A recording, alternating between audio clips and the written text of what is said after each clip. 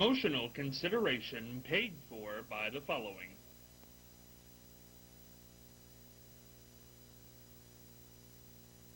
The Ohio Neck and Back Pain Relief Center, Scott M. Gray, D.C., across from the Marion Center between TSC and Kroger.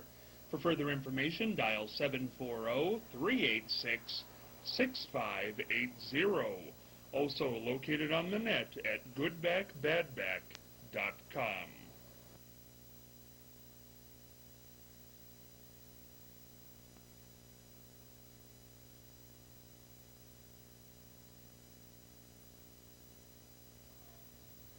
Dryce Roofing and Contracting, LLC, located at 370 East Church Street, right here in Marion. For more information, call 740-751-9516. Specializing in roofing, siding, decks, garages, windows, pole buildings, and complete homes. For more information, again, call Dan Rice, 740-751-9516.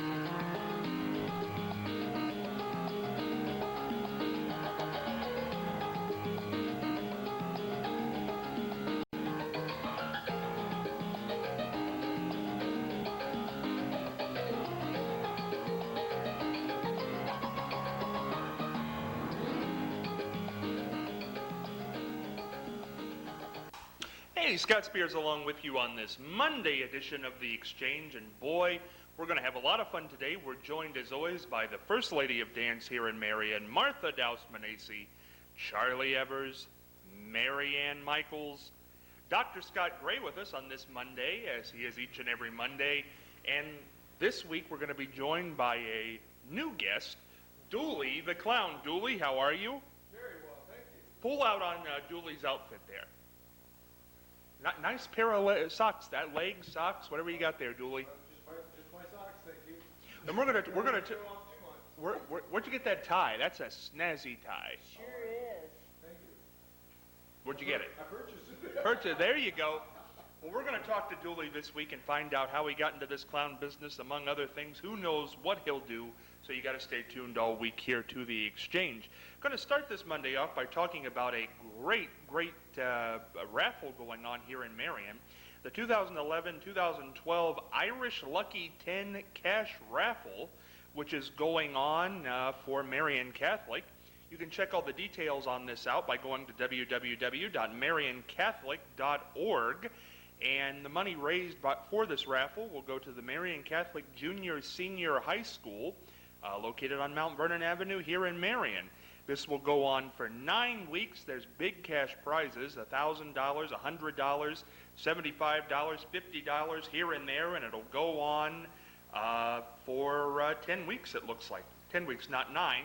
Final drawing to be January 11th, 2012. First week will be November 9th.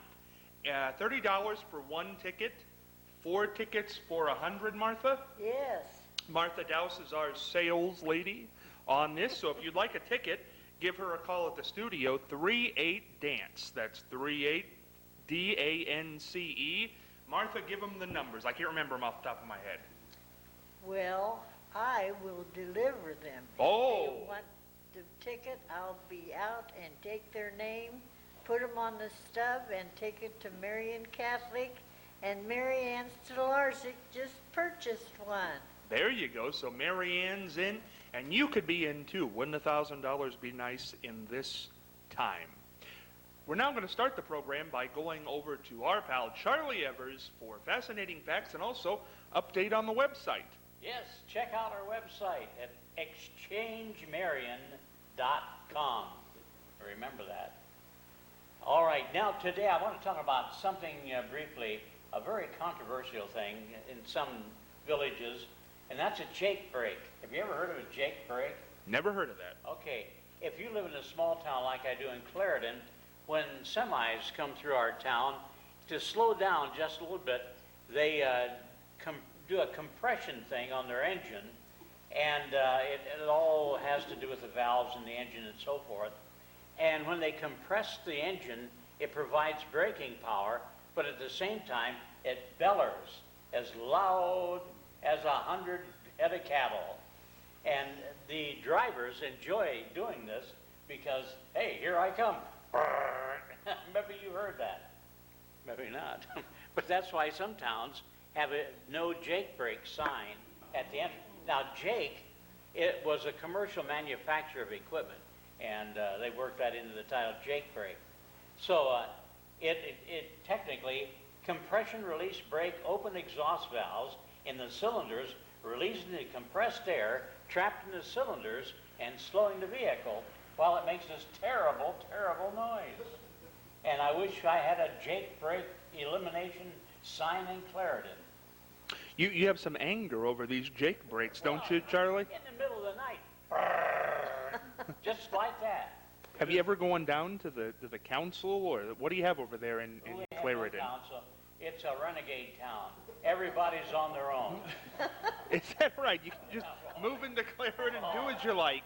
I have a slingshot I carry normally. Is that right? Well, might as well. Clarendon, renegade town. I bet you didn't know that. We're now going to head on over to Marianne Michaels for words of wisdom. Well, today I'm going to talk about simple pleasures. And this is from Japanese poet Tachibana Akimi. And this is what he says. Bless you.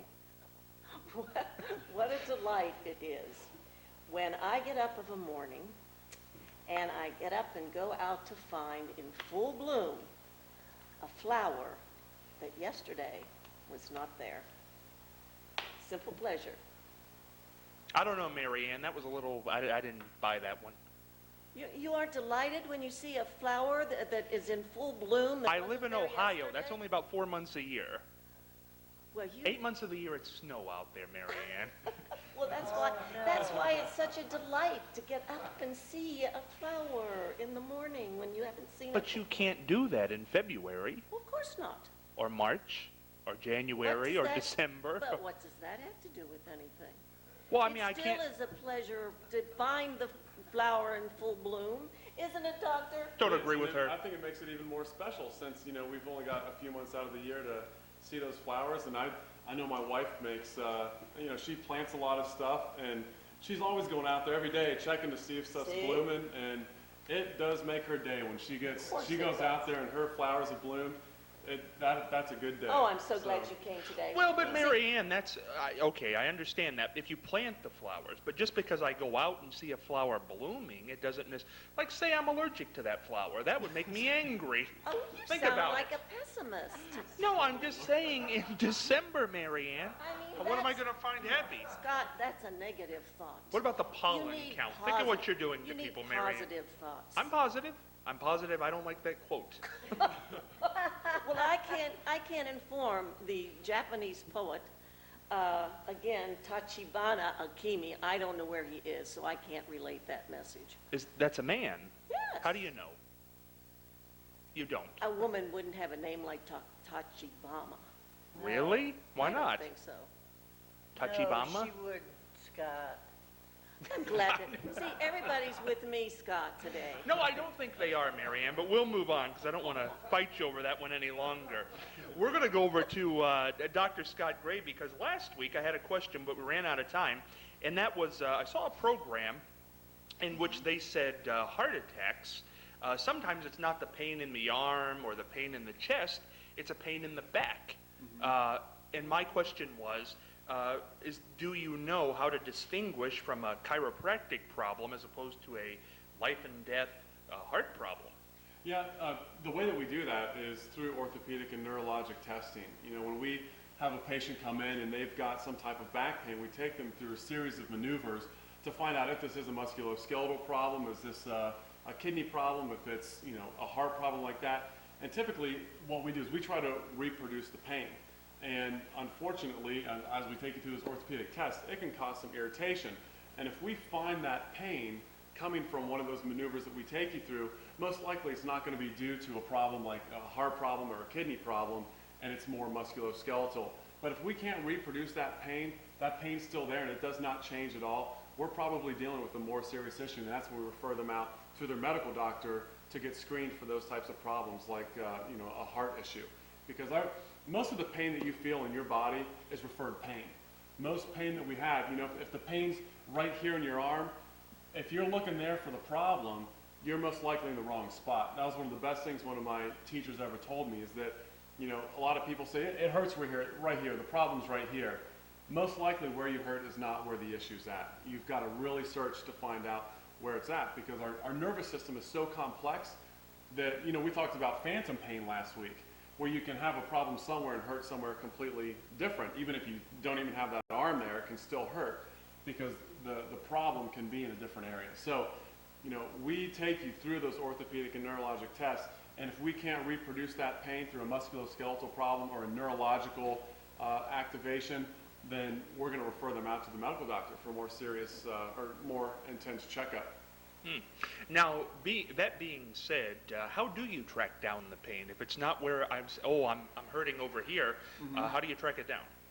Through those tests. As we take you through those tests, you may have a pain out into the arm, okay? And the pain's out here, and you're saying, I've got a problem with my head, I think I have carpal tunnel. And then I take your head and I move it back through a specific test that we have for the nerves in the neck. I move them back, and all of a sudden they have pain that shoots down into their arm in that same spot. And we found, hey, actually the problem's right there. It's not coming from down there. So when we move them into certain positions and all the things that we do, we can reproduce it. And then when that shows up there from a problem somewhere else, we know that the problem's coming from that area, not where they were actually feeling the pain. So we'll actually push on areas, like I may push on someone's low back right here, and they'll feel the pain up in their mid-back because the problem's actually down there in the lower back. So it's through all those maneuvers that we find out exactly where the problem is, as opposed to just someone subjectively saying that I've got pain in my neck, I think that's where it is, or I've got pain in my hand, I think that's where the problem is. So really, you have to know a lot about the nervous system Okay. and the bone structure, and Oh, yeah. I mean that's almost like being an MD.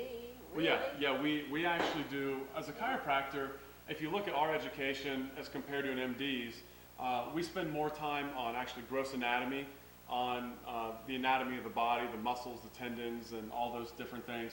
We spend more time on nutrition and exercise, where they spend most of their time on, we all do the pathology, the physiology, the microbiology, all those types of things, but they're going to get more into toxicology, which is the study of the pharmaceuticals and the interactions, because that can be so dangerous if they get that wrong. So they spend a lot of time on that, where we spend more time in anatomy, nervous system.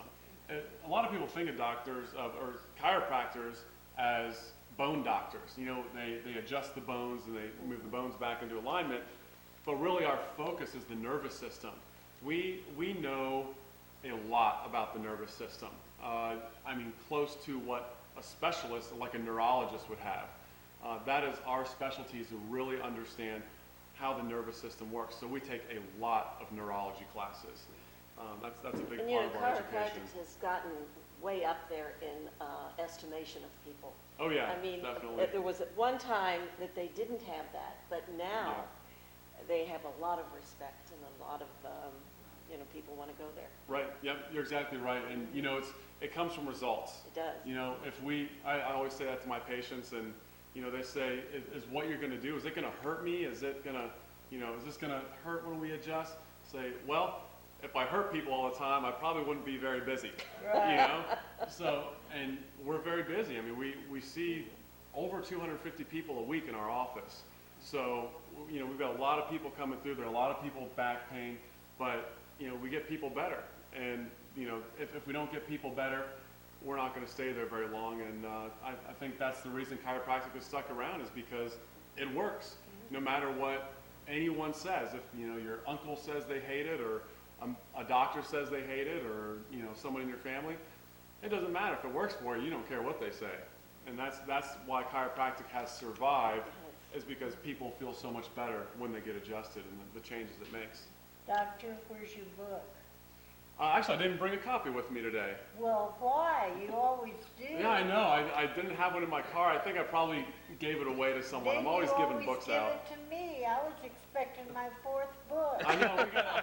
Martha takes my books and gives them to all of her friends and family. So, and I appreciate that actually, that you share Oh, that they with people. love it. I gave it to a girl that I graduated with yesterday. In my book, I said, you can't have it. Well, I got to get you but another book then. You can read it. And she sat in the car and read it and loved it. That's awesome. Well, and that's, that's my goal with this book, is to get it out there so people can read it. And I've actually made it available for free on our website. And you can go to goodbackbadback.com and you can actually download the book for free. So, you don't even have to buy the book. If you're having back pain, go to goodbackbadback.com and download it. There's no charge for that.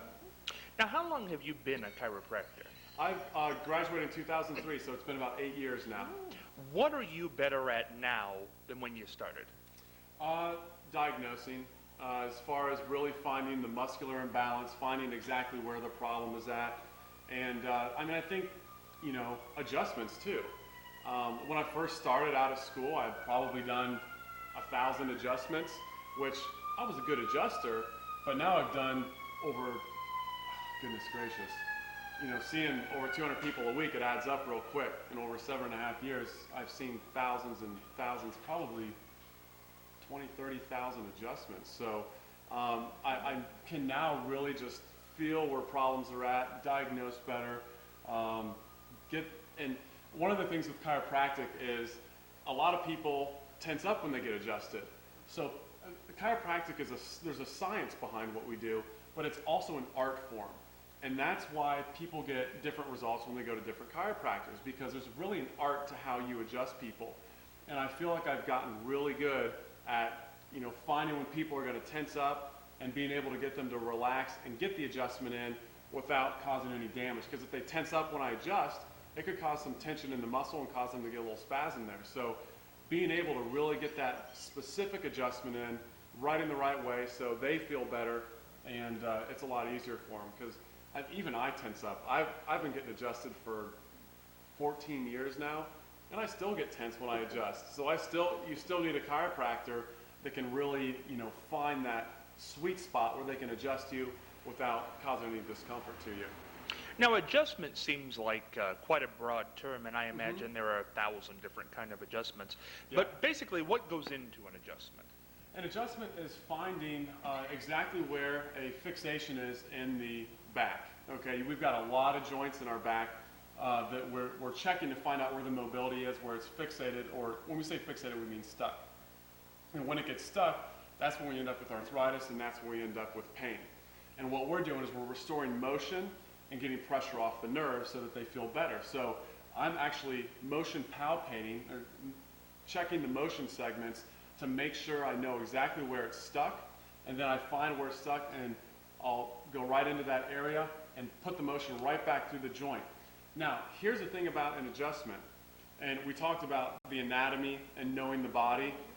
Your joints are all different in your body. In your lumbar spine, your joints and your low back are kind of angled like this, okay, where they're kind of front to back. And as they go up, they start to turn, and then they'll be more so that they're forward like this, and then go all the way up to where they level out at the very top. So when we adjust somebody, it's very important as to where you actually put the motion. So if I'm adjusting someone and their mid-back, I have more of an upward, forward push through that joint, where the low back is more of a straight push, and the cervical spine is different as well. So we have this thing that we call lines of drive, lines of how we actually move the bones. That's why when people tell me that they crack their own neck or they have someone walk on their back, it's scary, because when they do that, if they move those joints in the wrong plane, they can cause a lot of damage. We don't adjust the spine without knowing exactly what we call the spinal anatomy of the bones. If you're just in there and pushing on people's backs, you can cause damage if you don't know how those joints actually move in this precise way that you need to move them. That's why people end up with more back pain. They'll actually end up in my office sometimes because someone has tried to do some kind of maneuver on them at home. Now, all the years that you've been in chiropractics now, I know a lot of people come in as you started your career, a car accident kind of got you headed in that direction. But what profession would you say do you see the most back problem with? Factory. Factory. It's the people that work at Honda, the people that work at Whirlpool, Silverline, We have so many of those people that are, it's the repetitive trauma. It's doing the same things over and over and over again, day in and day out. A lot of it, I always tell people, got to remember the worst things for your back are BLT, bending, lifting, twisting.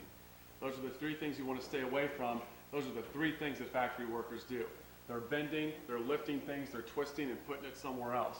And they do that over and over and over again, and they end up with disc herniations, disc bulges, arthritis, all kinds of issues that irritate their nervous system and cause their back pain. So those are the people we see the most, and they're the ones that will a lot of times come in and make sure that they come in once a month or once every couple weeks, because they are just always doing damage to their body. So someone like that, and then of course someone, remember we had John Hickson here, we're talking about a professional sports player. Professional sports players damage their bodies a lot.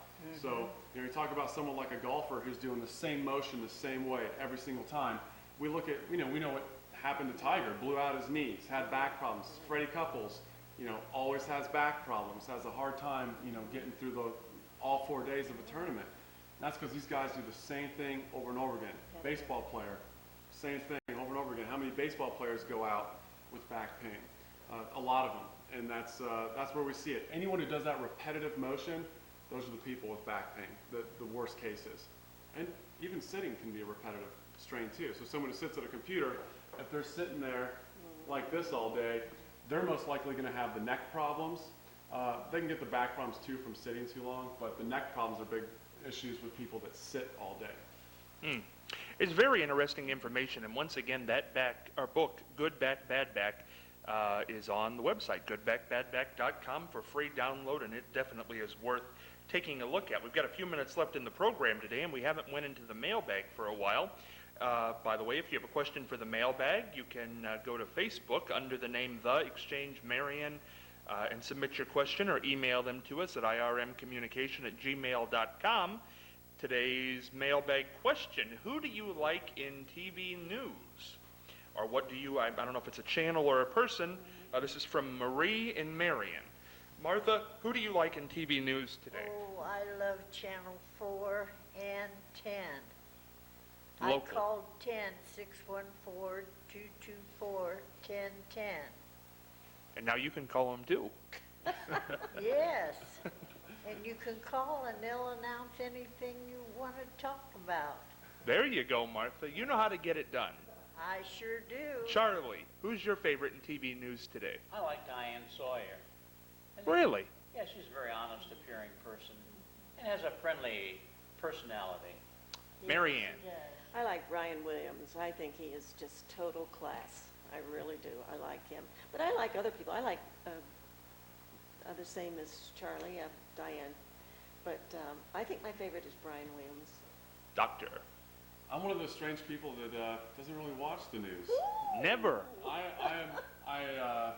just made it a habit of mine. I'm typically not home for the news anyway, unless it's late, because I get home late at night. But I just don't really check out. I get most of my news off the internet or radio. I think it's maybe that younger generation now that gets it through there. But I listen to a lot of radio. I'll listen to some sports things sometimes, but I listen to some of those crazy conservative guys too sometimes, and it is funny. One of the funniest guys I think out there is a guy named Mark Levin. He just goes crazy, and it's hilarious. I just crack up listening to those guys. So you don't take it as serious? Well, I don't take everything they say as serious. I know that they've got an agenda and they're there to sell advertising. I know even Rush Limbaugh said that, do you believe everything you say? He's like, I know I got to sell ads and I got to sell stuff. So he's going to say what people want to hear. So I take it all, with a grain of salt. But I lean more towards a conservative point of view. But it's just hilarious. I like listening to those guys. Dooley, do you ever watch the news? As little as possible.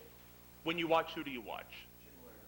Oh, I saw an interview with him the other night on Charlie Rose that was very good. Jim Lehrer leaving the news, I believe, pretty soon. Barbara Walters is mine. I still like to watch Barbara Walters. She's the ultimate interviewer, and I like that. Oh, nobody better than her. Gonna go to I used to like Bryant Gumbel too. I wish he was Yes, still he on was more good. often. He does HBO Sports now, doesn't he? Is that what he does? Is that all he does? He's in sports. I thought he was so sharp in the news position. Going to go to the Proust questionnaire very quick before we get out of here. Of course, the Proust questionnaire is in Vanity Fair, I believe, every month, and they ask these pertinent questions. Where would you like to live if you could live anywhere? Martha, if you could live anywhere in the world, where would you live? My people came from Lincolnshire, England. That's where the Douses are from. You'd like to go live there? Yes. I think England would be fun. I really do. Charlie, what do you think? Where would you live if you could live anywhere? I recently heard of a wonderful place in the Canary Islands. They call it the world's most perfect weather. It has never snowed there, and it looks like be a tremendous place to live. It isn't going to be like Clarendon Renegade, Bill. No. I bet they have some kind of council over there. But we have a lot of snow in the wintertime, too. And no flowers. Marianne, We have flowers. not in the winter. In the house we do. Does it bloom in the house when you get up in the morning? Sure. Do you see it? Every morning when I get up, I tell my wife, look at those blooming flowers. Marianne, Oh, well, I think the wine country would be a nice place to live in California. I especially like San Diego. I think San Diego's a lovely place. I wouldn't want to live in California. Well, really California's wouldn't. pretty far away, but I've been there and it's a beautiful city. I like it. I think I'd want to live in Boston. I like Boston. Something about it but I they're really very, like. very provincial. That's okay. If you're from out of the Massachusetts area, you're not even considered anything. Doesn't matter. I get up in the morning and I'll see a flower and I'll feel wonderful every day. Dr. Scott, where would you live? Well, I know, I want to keep the wife happy, and my wife wants to be near a beach somewhere, and our dream place to go is Hawaii. Ah. So it's somewhere where, I mean, you don't see as many natural disasters. You still get the beach, but you don't have, on the coast, we have all these crazy things that happen. And Hawaii is that place. It just seems like the perfect place. Non-touristy, probably like Maui. It seems like a good island. And you know Or Hawaii? Kauai is actually one of the most beautiful areas there that we'd like to check out. And you know Hawaii is a state. You ask Yeah. some of the birther people and they're not quite sure if that's a state or not. Yes, it is. I'm going to get in trouble again. I'm going to get calls. Dooley, what do you think? Always start. I would like to live in 3 places. Grand Rapids, Michigan would be 1, Hawaii would be another, and certain places in Kentucky, Tennessee, I think are just They're beautiful. lovely places. A lot of people say Tennessee. A lot of people retire to Tennessee. I think it's right up there with Florida now. We're going to come back on Tuesday, much more with Dooley the Clown. Brenda Donegan returns this week. We've got lots coming up. See you on Tuesday.